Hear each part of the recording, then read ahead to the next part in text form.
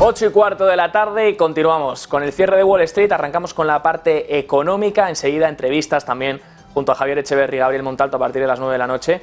Vamos a ver qué es lo que ha dicho Jerome Powell. Hoy daba un discurso en ese club económico de Nueva York y el discurso ha patinado un poco, sobre todo al principio, donde han tenido que cancelarlo debido a una especie de protesta climática de dos personas que han invadido el escenario.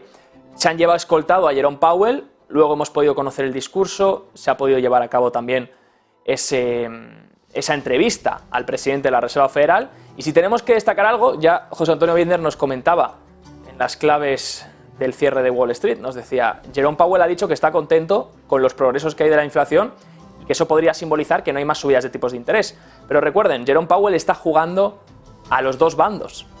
Por un lado dice que está contento con los datos y que debido a ya la restricción que ha puesto por sí sola el mercado de bonos con esa subida de intereses, ayer veíamos el 4 años casi cerca del 5%, con eso ya la Fed podría darse por satisfecha, sobre todo si empieza a haber datos mejores incluso de inflación. Pero por el otro lado deja el camino abierto, lo ha dicho, que si el mercado laboral y la economía siguen más fuertes de lo esperado, que entonces van a tener que seguir subiendo tipos. Y de hecho Powell ha recalcado que no cree que la política de tipos, pese a estar ya en un territorio restrictivo, ese 5,25% en el que están, pese a estar ya en el territorio restrictivo, porque lo ha dicho en innumerables ocasiones, hoy ha recalcado que no cree que estén excesivamente restrictivos, en el entorno restrictivo alto, por así decirlo. Y dice que todavía podría haber un nivel un poco más restrictivo para enfriar a la economía. Así que realmente, al fin y al cabo, como en todas las reuniones, todo depende de la economía y de lo que haga el consumidor. Si el consumidor empieza a frenar un poco y el mercado laboral sigue ajustando, sigue enfriándose, pero enseguida vamos a ver datos del mercado laboral, si ese sigue enfriándose, entonces Powell podrá darse por satisfecho.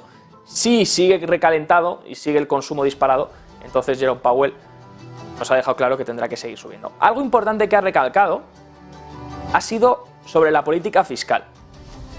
Fíjense, la política monetaria al final se comenta siempre un poco lo mismo, Powell siempre lleva más o menos el mismo discurso, pero en cuanto a política fiscal ha sido muy interesante lo que ha dicho, porque hace unos cuantos días su compañero del FOMC, Christopher Waller, decía una frase que les comentábamos aquí en el cierre de Wall Street, una frase bastante extraña para provenir de un miembro del FOMC. Decía, la política fiscal estadounidense es insostenible. Y buen trabajo del presentador del Club Económico que le ha preguntado a Jerome Powell, ¿cómo está la situación fiscal en Estados Unidos? Y Jerome Powell ha dicho, nosotros no opinamos sobre la política fiscal, porque lo nuestro es la política monetaria. La política fiscal se la dejamos al gobierno. Pero ha dicho que el camino que está tomando Estados Unidos es insostenible. Eso lo ha dicho el propio presidente de la Reserva Federal. Que el camino que está tomando Estados Unidos, Joe Biden, ese paquete de 100.000 millones, hoy discurso a la nación, a las 2 de la mañana estaremos con José Antonio Binder para escuchar ese discurso, donde Joe Biden volverá a pedir los 100.000 millones para Ucrania y para Israel. Ese endeudamiento masivo que está teniendo Estados Unidos, dice Jerome Powell que es insostenible, es un camino insostenible, lo ha dicho hoy, y lo ha reconocido. Y está bien que el propio presidente de la Reserva Federal reconozca que es insostenible endeudarse en esa cantidad de dinero. Recuerden, ayer les enseñaba, les pinchan mis compañeros enseguida el gráfico que veíamos, la tabla ayer de la deuda, llega a más de $100.000 por ciudadano estadounidense. Si dividimos toda la deuda ya que tiene Estados Unidos, más de 33 billones, serían trillones estadounidenses, eso si lo dividimos entre todos los ciudadanos estadounidenses da más de $100.000 por ciudadano. Y ya empiezan a ser niveles preocupantes y por supuesto esto parece que continúa con todas esas ayudas que está solicitando el gobierno estadounidense. Miramos rápidamente los índices, unos índices que han estado mareando la perdiz durante todo el día prácticamente. Primero subimos, luego bajamos, luego volvemos a subir. Han ido variando a lo largo del discurso de Powell para engañar a los largos, luego engañar a los cortos. Hemos visto un día que arrancaba en positivo, que se tornaba negativo a medida que íbamos viendo los datos. ¿Qué datos? Peticiones iniciales de desempleo, que enseguida vamos a analizar. Recuerden, el mercado está mirando muy de cerca lo que hace el mercado de bonos, a lo que hacen los intereses. Y buenos datos económicos significa que los intereses siguen subiendo. Enseguida vamos a ver lo que ha dicho el mercado de empleo.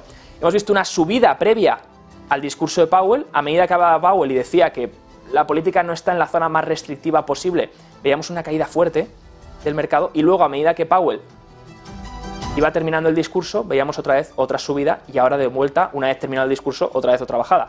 Para estar ahora mismo en territorio negativo, tanto movimiento para casi acabar en cero.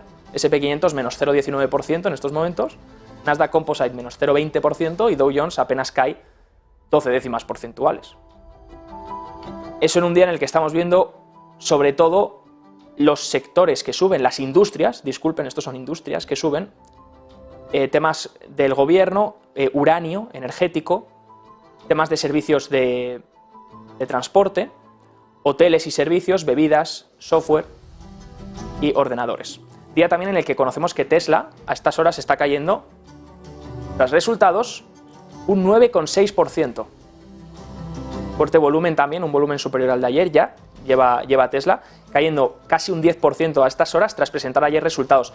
Taiwan Semiconductor, que también ha presentado resultados, la empresa de los chips, sube en 4,38, ha presentado unas muy buenas ventas, y en cambio, si miramos Netflix, subiendo un 16,57%. Fíjense el gap que ha dejado Netflix, esta subida que ha dejado en el día de hoy, tras incrementar el número de suscriptores. La estrategia de Netflix de bloquear las cuentas compartidas está funcionando. Todos decían, no, la gente se va a dar de baja y va a cancelar. Pues parece ser que Netflix está demostrando que su técnica está por ahora funcionando en cuanto a suscriptores.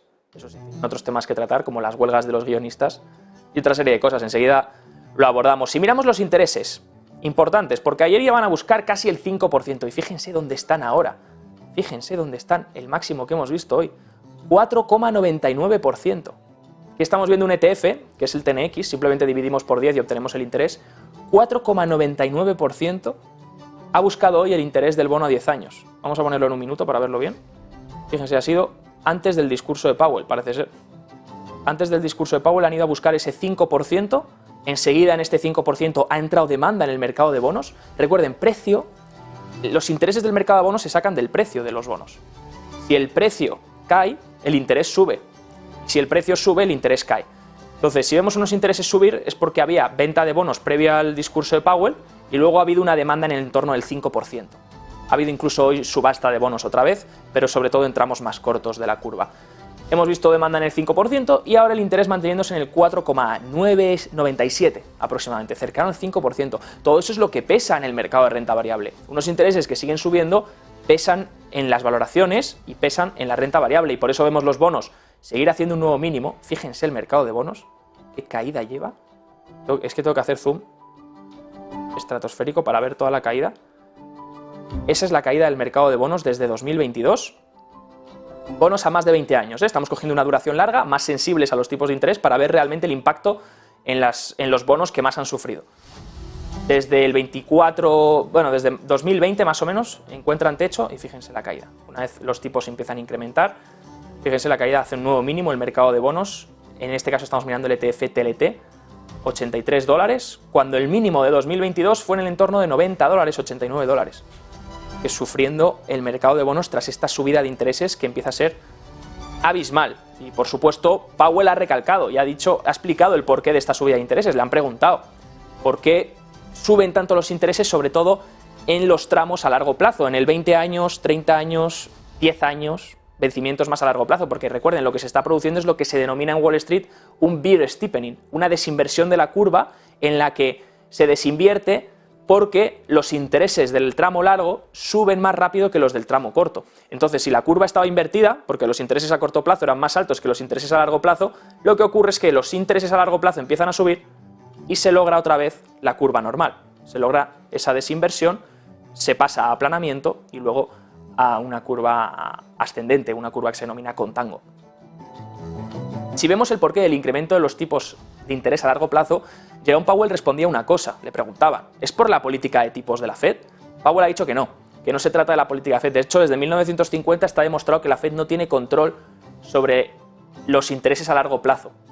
Tiene control sobre los intereses a corto plazo, porque si Powell sube los tipos interbancarios al 5 o 25%, pues obviamente el interés del bono a 2 años va a subir también.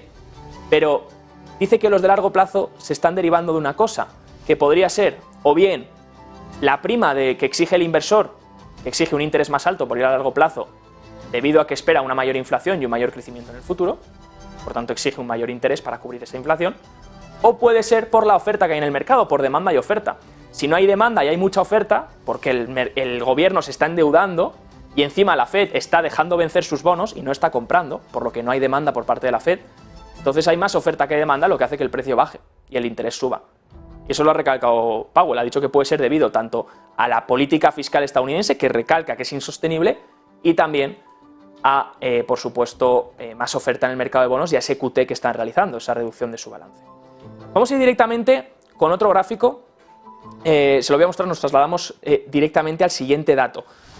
Vamos hacia esas peticiones iniciales de desempleo, que son las que también han proporcionado todavía que el interés suba un poco más en el día de hoy y vaya casi a buscar ese 5% antes de la reunión de Powell. ¿Qué ha pasado con las peticiones iniciales de desempleo? Bueno, pues salen en mínimos del año, mínimos desde enero de 2023, 198.000 peticiones iniciales de desempleo. Van bajando cada vez más las personas que solicitan esa prestación por desempleo, esa ayuda por desempleo en Estados Unidos, por lo que todavía no estamos viendo un despido masivo.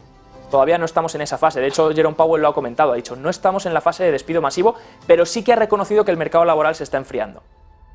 Cuando empecemos a ver las peticiones iniciales de desempleo empezar a hacer 300.000, 350, 400.000 peticiones semanales, ahí sí que podremos decir que el desempleo se está disparando y que hay un desempleo masivo. Hasta entonces, ¿qué podemos ver? Peticiones continuadas, que estas, a diferencia de ser las iniciales, las que solicitan las personas nada más se quedan sin trabajo, son las personas que ya están recibiendo la prestación por desempleo, pero que acumulan esa prestación, que siguen pidiéndola porque no encuentran trabajo. Esas son las peticiones continuadas de desempleo, línea azul. Y esas, como ven, sí que se están amontonando. 1,73 millones. Se van acumulando poco a poco, mientras que las iniciales hacen nuevos mínimos. Los que ya están despedidos no encuentran trabajo. Por lo que sí, no estamos en esa fase de despido masivo del empleo, pero sí que estamos en la fase en la que se está endureciendo las condiciones del mercado laboral. Y donde la gente que no tiene trabajo le está costando mucho encontrar, por lo que la gente se va acumulando sin empleo. Y donde también, nos decía el libro Bayes ayer, de la Reserva Federal, la gente ya no está negociando unos mejores términos de trabajo, no está exigiendo un mayor sueldo, no se está dando tampoco un sueldo mayor por cambiarte.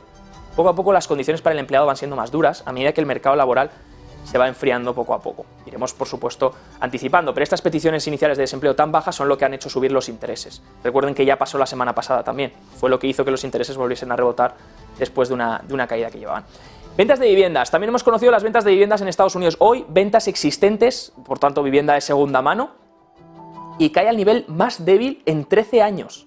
Las ventas al nivel más débil en 13 años, si lo miramos por número total, que han sido un poco menos de 4 millones.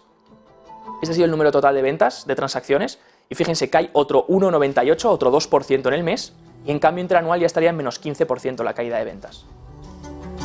Las ventas siguen cayendo, pero el precio, en cambio, si miramos la mediana, se mantiene prácticamente cerca de máximo. Sí que es verdad que ha corregido el precio, pero no en la magnitud que esperaríamos para una caída tan drástica en las ventas de viviendas. ¿Qué les explicábamos ayer? Que mucha gente tiene fijada una hipoteca al 3% y no quiere deshacerse de esa hipoteca para coger una nueva al 8%. Por eso, aunque las ventas hayan colapsado y aunque el mercado esté seco, no hay oferta todavía que haga bajar el precio. Una vez la gente se quede sin trabajo y necesiten liquidez, ahí es cuando van a poner su casa a la venta, entrará toda esa oferta al mercado y entonces es cuando el precio ajustará rápidamente. Unas ventas que, como les decía, caen al mayor nivel en 13 años. Por otro lado, otro indicador importante que cae a unos niveles no vistos en mucho tiempo es el indicador adelantado. Indicador adelantado de la economía, el índice Ley, que se adelanta en unos 7 a 12 meses al ciclo económico estadounidense y al PIB, y que, como pueden ver, sigue cayendo. Está en línea azul con respecto al PIB, que está en línea gris. Está habiendo ahora una divergencia muy grande entre lo que dice el Ley, el indicador de la Conference Board, y lo que dice la economía estadounidense, el PIB. Y es que el Ley vuelve a caer un 0,7% este mes. Se esperaba una reducción del 0,4%, así que casi el doble de caída de lo que se esperaba.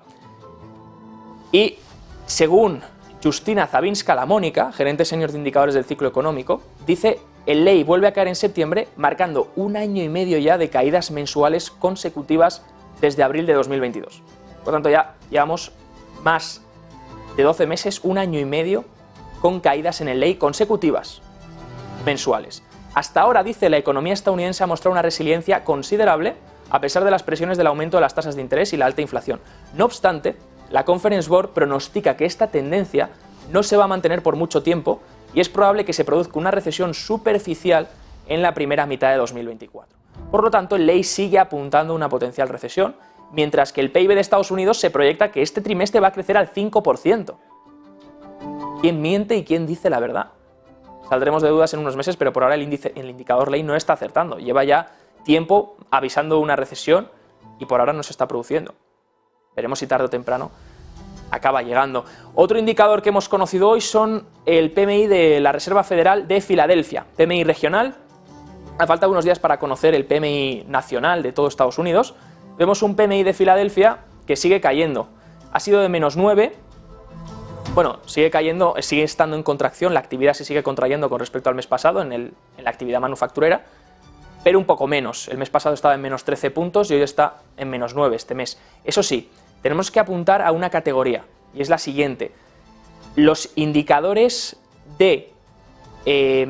futuros de envíos y de CAPEX, de inversión fija, de las empresas manufactureras, han caído a niveles que no se veían desde la crisis de Lehman, desde la gran crisis financiera. Así que un segmento que es la reinversión, la inversión fija en las empresas manufactureras y en los envíos, a 6 meses proyectados han caído a niveles, según los gerentes de estas empresas manufactureras, que no se veían desde Lehman, desde 2008. Por último, les decía, Tesla ha caído. Sí, decepcionan los resultados. Importante los márgenes que se contraen, los márgenes brutos. De 18% caen a 17,9%, no, disculpen, se estimaba un 18%, salen en 17,9%, un poco por debajo de lo estimado. Y en cuanto al EPS, también sale por debajo de lo estimado, al igual que los ingresos.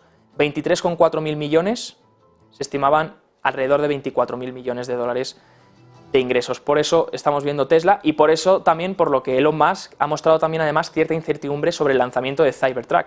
Dice que es un producto asombroso, pero que quiere enfatizar que va a haber enormes desafíos para alcanzar el volumen de producción de Cybertruck y luego hacer que el flujo de caja sea positivo. Y esto no ha gustado nada a los inversores.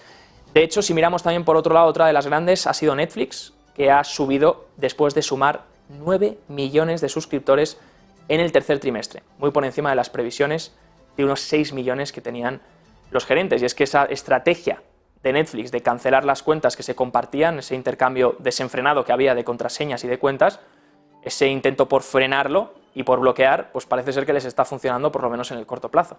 Veremos en el largo, sube más de un 16% como veíamos hace un rato. Para analizar todo esto y mucho más, tenemos con nosotros ya a nuestro primer invitado, Iván Ayala, economista.